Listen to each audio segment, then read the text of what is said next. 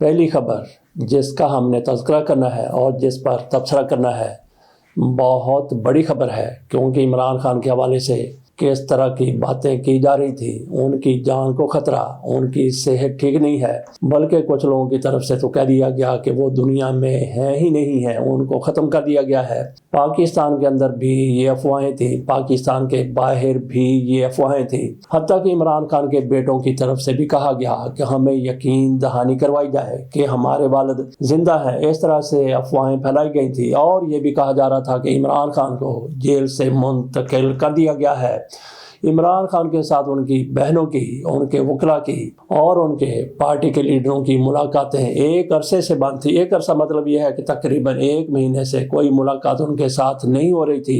تو حالیہ دنوں کہا جا رہا تھا کہ عمران خان کے ساتھ ملاقات اس لیے نہیں کروائی جا رہی کیونکہ ایک تو 26 نومبر کا احتجاج تھا، اس حوالے سے عمران خان کچھ کہہ سکتے تھے، کیونکہ گزشتہ سال 26 نومبر کو جو کو ڈی چوک میں ہوا تھا اس نے تحریک انصاف کو ہی نہیں پورے پاکستان کو ہلا کے رکھ دیا تھا۔ تحریک انصاف کا یہ موقف ہے کہ ان کے لوگوں کو سیدھی گولیاں ماری گئی، سروں میں گولیاں ماری گئی اور ان کے 24 لوگ شہید ہو گئے تھے، جاں بحق ہو گئے تھے، مارے گئے تھے اور زخمی ہونے والوں کی تعداد بھی کافی زیادہ تھی۔ اس لیے عمران خان کے ساتھ ملاقات نہیں کروائی جا رہی۔ یہ تحریک انصاف والوں کا دعویٰ تھا کہ عمران خان کوئی بڑے مظاہرے کی، بڑے احتجاج کی کال دے سکتے ہیں، اور پھر 2-3 روز سے یہ بھی سلسلہ تھا کہ فیلڈ مارشل صاحب کا نوٹیفیکیشن، کیونکہ ان کو ایک نیا عہدہ ملا تھا کمانڈر آف ڈیفینس فورسز، اس کا نوٹیفیکیشن نہیں ہو رہا تھا۔ نوٹیفیکیشن ابھی تک جب میں آپ کے سامنے یہ بات کر رہا ہوں، آج ہے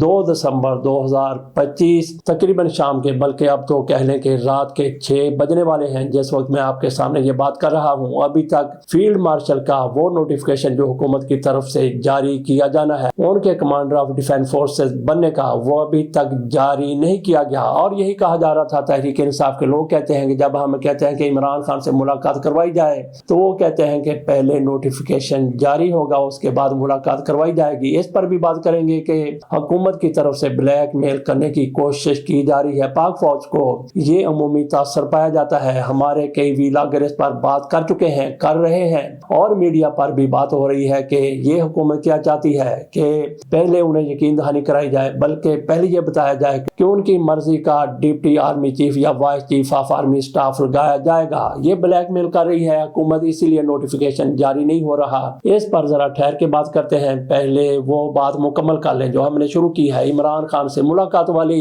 تو ملاقاتیں عمران خان سے بند کر دی گئیں۔ 2 روز قبل سہیل افریدی وزیر اعلیٰ خیبر پختونخوا، ان کی طرف سے 16 گھنٹے کا رات کو دھرنا دیا گیا تھا، ملاقات پھر بھی نہیں ہو سکی، اور اس سے پہلے عمران خان کی 3 بہنوں کی طرف سے بھی دھرنا دیا گیا تھا، ملاقات پھر بھی نہیں ہو سکی تھی۔ عمران خان کی بہن علیمہ خان خصوصی طور پر یہ کہتی ہیں کہ ہمیں یہی کہا گیا کہ پہلے نوٹیفیکیشن ہوگا۔ وہ کہتے ہیں کہ نوٹیفیکیشن کا ہمارے بھائی کے ساتھ ملاقاتوں سے کیا تعلق بنتا ہے؟ بہرحال یہ بھی ان کو شاید خطرہ تھا کہ عمران خان کوئی بہت بڑا پیغام دے سکتے ہیں، نوٹیفیکیشن کے حوالے سے کوئی بات کر سکتے ہیں، فیلڈ مارشل صاحب کی نئی تعیناتی کے حوالے سے ان کا کوئی پیغام آ سکتا ہے، اس لیے ملاقات نہیں کروائی جا رہی تھی۔ یہ عمران خان کی بہنوں کا دعویٰ ہے۔ جس طرح بتایا کہ عمران خان کی بہنوں کی طرف سے دھرنا دیا گیا، سہیل افریدی کی طرف سے دھرنا دیا گیا، رات کو دھرنا دیا گیا، انہوں نے چیف جسٹس اسلام آباد ہائی کورٹ سے ملاقات کرنے کی کوشش کی لیکن ملاقات نہیں ہو سکی، اور پھر ان کی طرف سے یہ کہا گیا 2 روز قبل انہوں نے کہا کہ پیر کے روز 2 دسمبر کو آج کے روز دھرنا دیا جائے گا، ہائی کورٹ کے سامنے بھی اور اڈیالہ جیل کے سامنے بھی دھرنا دیا جائے گا، احتجاج کیا جائے گا،